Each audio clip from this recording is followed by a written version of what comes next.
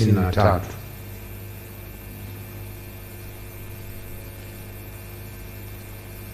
Tulitegemea ushahidi gani? Ushahidi mkubwa tuliotegemea ni ushahidi ambao umetolewa chini ya kiapo kwa maandishi au kwa mtu kuapa mbele ya tume. Kwa shahidi wanaokuja mbele ya tume wameapa, na wengine wameapa kwa kiapo cha maandishi, kwa wengine tunaita affidavit evidence, ushahidi wa kiapo ambao pia unaweza kutolewa mahakamani. Kwa hiyo ushahidi wa viapo kwa ujumla vya raia ni viapo 953. Viapo kutoka kwa raia, viapo 953.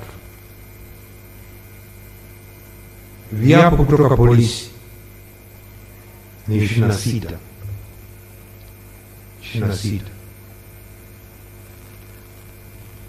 Kwa hiyo kitu kingine tulotegemea pia ni madodoso kwa njia ya mtandao au madodoso kwa watu kupewa na kujaza. Tulipata madodoso 4891 ambayo yalikuwa na maswali maalum. Kila dodoso na swali maalum inahusiana na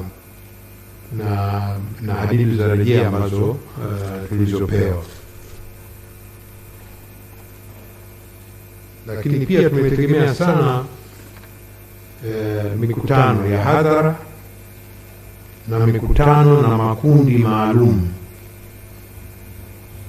Tumefanya mikutano mingi ya hadhara kwenye mikoa yote 11 tuliyotembea, tuliozuru, lakini pia na makundi maalum, makundi 201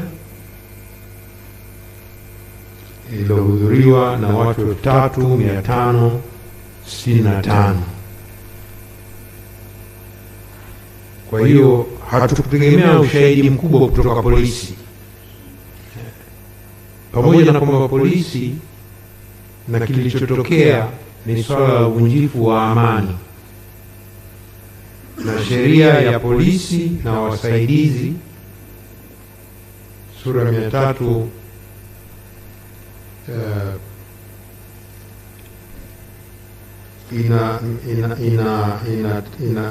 inasema kwamba jukumu la polisi ni kulinda amani. Kifungu cha 5, kulinda amani,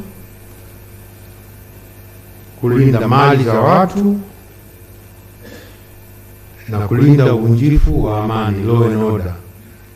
Law and order ni kazi ya polisi. Jukumu kubwa la kudhibiti lilikuwa la polisi, lakini vyombo vingine vilishiriki, lakini la polisi. Kama ingekuwa vita ndani, ingekuwa chombo kingine. Taifa ingekuwa chombo kingine. Lakini unaona ushahidi tegemea mkubwa ni kutoka kwa waathirika na watu wengine walioguswa na ghasia. Lakini la mwisho ambalo muhimu kabla sija ni kwamba tume hii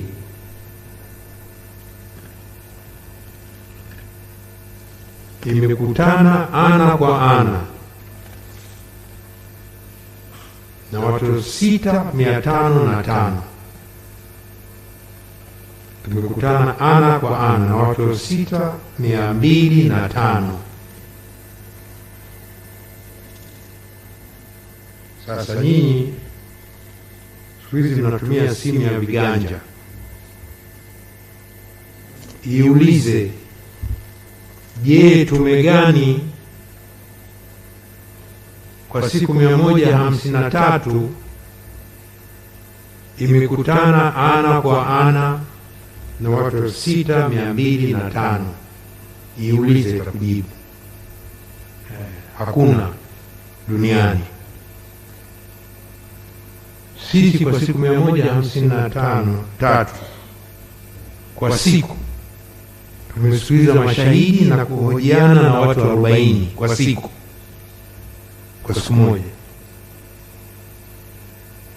Jumla ya watu ambao tumefanya mawasiliano nayo kwenye kipindi hichi ni zaidi ya 63,000 kwa mahusiano tulioona ana kwa ana, waliotuandikia barua, waliotumia message, waliojaza madodoso ni zaidi ya 62,700. Na kama nilivyosema wakati na kabidhi ripoti, ni sawa sawa kwa wakazi wote wanaoishi Bagamoyo au wanaoishi Tukuyu au wote wanaoishi mji wa Korogwe. Ndio watu ambao tumegusana nao na itokee tume. Tuliamua tangu mwanzo tumsikilize kila mtu, tusikilize kila mtu, tusimnyime fursa mtu yote, na twende kwa undani na kwa upana wa nchi yetu. Ndio maana tumekwenda hiyo mikoa 11, wilaya 21 na maeneo mengi tu, ili kutafuta ushahidi. Na kama nilivyosema awali, sisi kazi yetu ni kubaini hoja.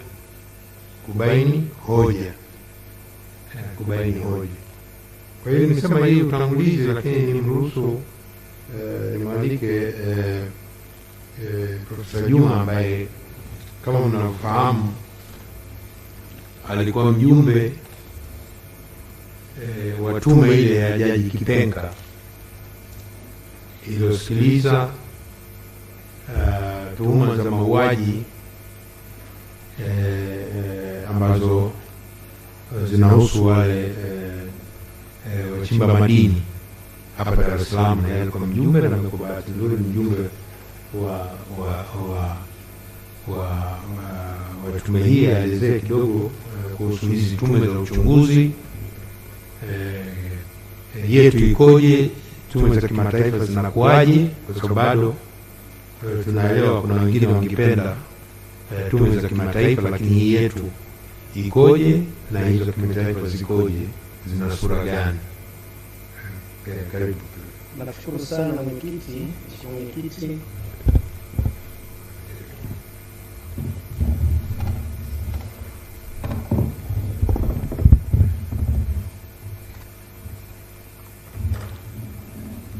Nashukuru sana.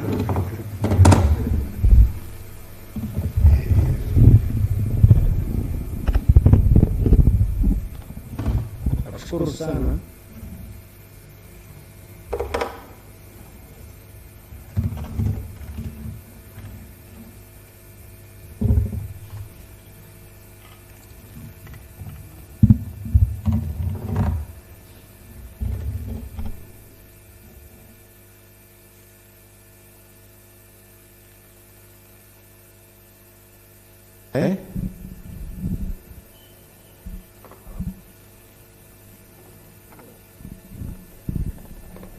Naomba nishukuru sana Mheshimiwa Mwenyekiti kwa hii nafasi ili niweze na mimi kuzungumzia machache, na mimi zaidi nitazungumzia kwamba baada ya kukaa katika tume kwa hizo siku 153 na kuwasikiliza hao mashahidi wote na vielelezo na kusoma nyaraka mbalimbali, sheria za Tanzania, sheria za kimataifa, na baada ya kuwasilisha kwa taarifa kwa Mheshimiwa Rais hiyo siku ya tarehe 23, na baada ya kupata vile vile nafasi ya kusikiliza maoni sasa yaliyojitokeza kupokea taarifa ya tume, kuna mambo ambayo ningependa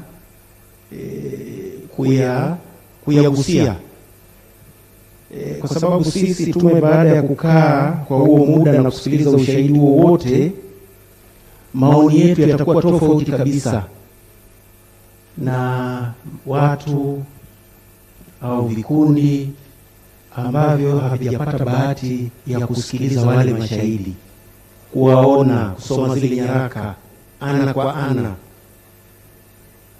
Kwa hiyo mapendekezo yetu yanatokana na kukutana na watu, sio kwa kuangalia mambo juu juu kinadharia.